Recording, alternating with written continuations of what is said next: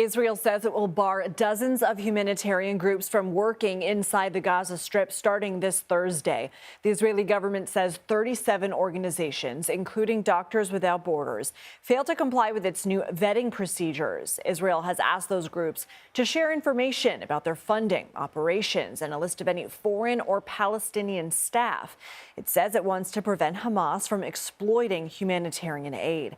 CBS News Middle East reporter Courtney Kealy joins us now. Courtney, what do we know about the amount of aid currently going into Gaza and what impact this will have?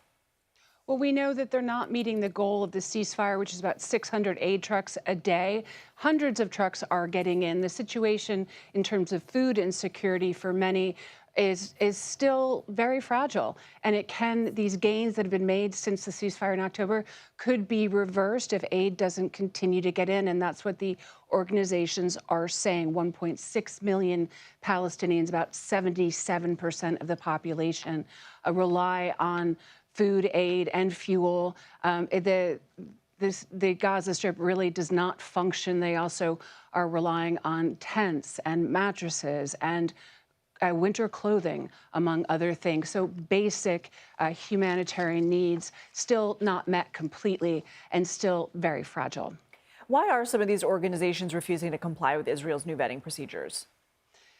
Well, there's a lot of different reasons about the vetting. And Israel says, look, we don't want any Hamas's influence, and we don't want anyone that's coming in, whether an international aid organizer or a Palestinian staffer, to be influenced by Hamas. But there are restrictions on some of the things that these aid groups have done. Now, we know that journalists can't get in. We know that Palestinian journalists have been losing their lives in reporting, but the aid organizations also go out and they report and they bear witness to a lot.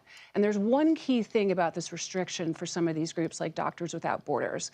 They would not be able to participate in any international criminal court against the Israeli government or against Israeli soldiers. So philosophically, they don't want to sign off onto some of these restrictions because it means they can't even bear witness to what they're seeing inside Gaza.